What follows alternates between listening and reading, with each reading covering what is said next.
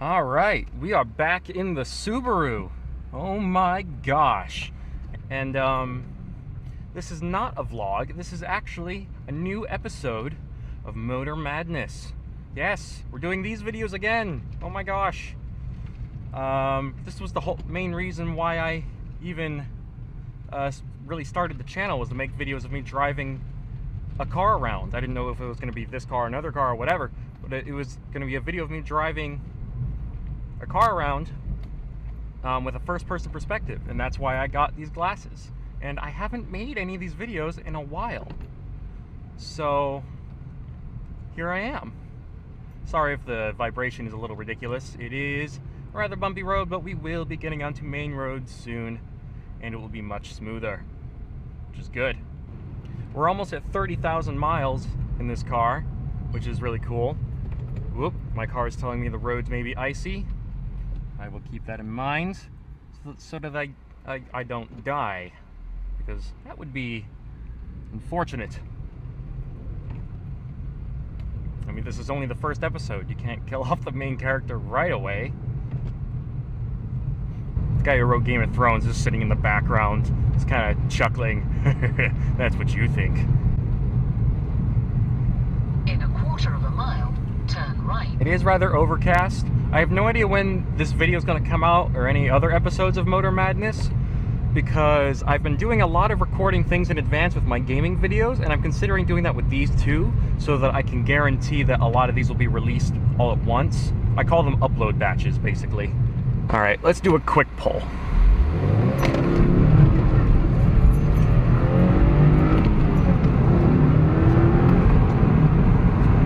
Huh, well, I didn't take traction control off, so it was only using like half the throttle that I was actually applying. The tires did spin though. I don't know if you could hear that, but they did, which is cool. Let's turn down the air conditioning so that you don't have to listen to that noise. Oh, I should turn my front lights on. There's a lot of things in this car that aren't automatic. I've told you the story about me getting pulled over because my lights weren't on. Yeah, that was fun.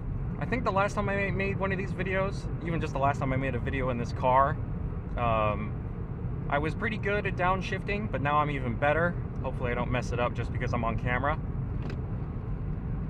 Heck, I kind of did. Still a little jolty. The point of rev matching is to keep your car from jolting. There we go. I mean, if I hadn't done that blip, the car would have jolted a lot more. That's what happens when you downshift, when you're not slowing down, and also when you're not rev matching.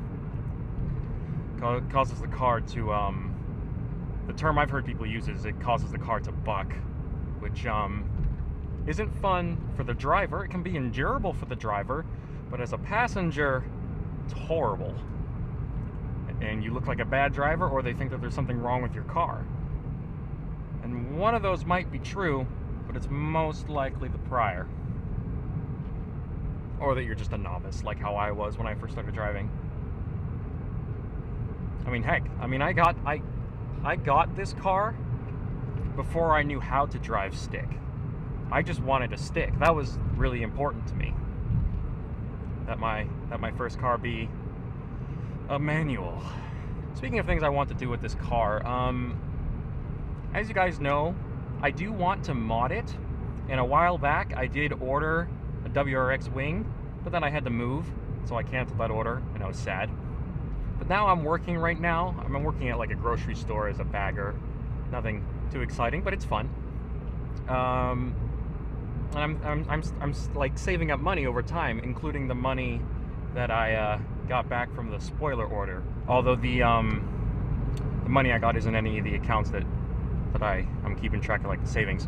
But like, I'm saving money currently, and I want to use the money I save on because I'm like siphoning off what I earn. Right. I'm like siphoning money off of the top of what I earn, like any non-essential things, and I want to use that money for car stuff.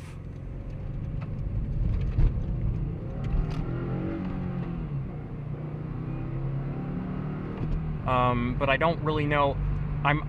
I've mostly decided what I'm going to do with that money, but I'm still like kind of on the fence about it.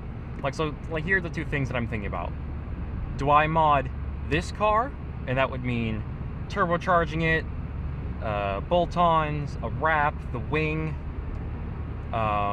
several $1,000s worth of stuff, and then my only car would be a lot less reliable because it would be filled with aftermarket parts and the engine would be very messed with.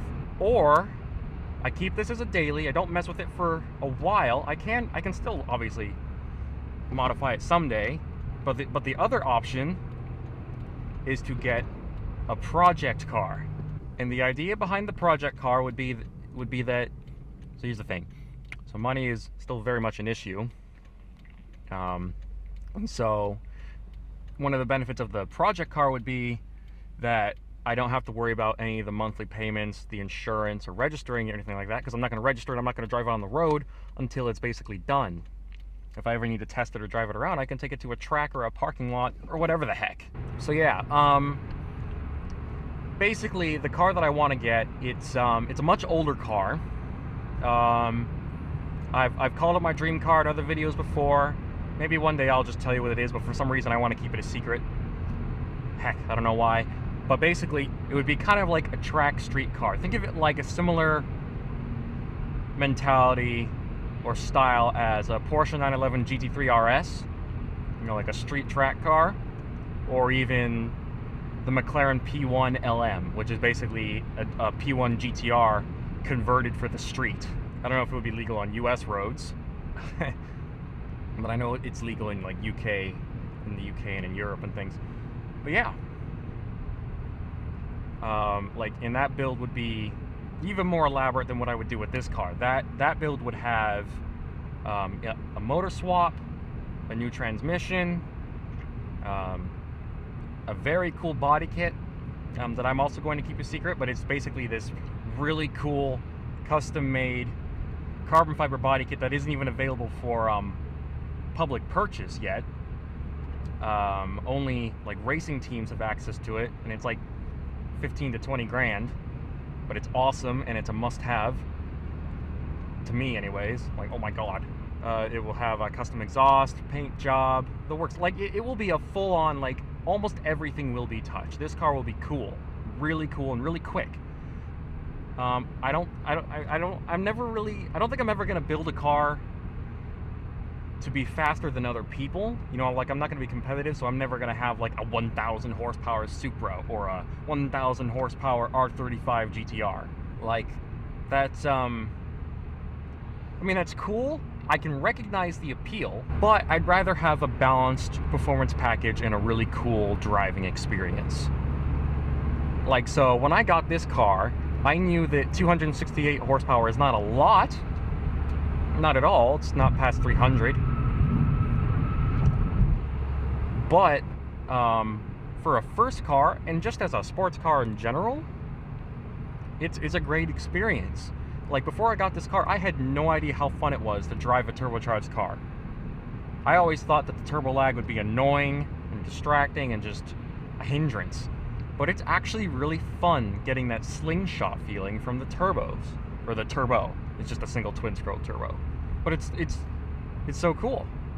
Like, I had no idea. Like, so right now, like, before I even got this car, I knew which cars I liked. Like, I like the Evo 10, I like the BMW M3 E46, I like the Nissan Skyline, the R34 GTR, I like the McLaren P1. Heck, you know, like, I know what I like based on what I've seen and heard, but it's something else to figure out what you enjoy based on what you experience yourself firsthand.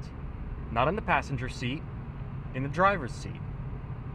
I mean, that's really cool. Like, you can, like, it's like two different flavors of taste, almost, I think.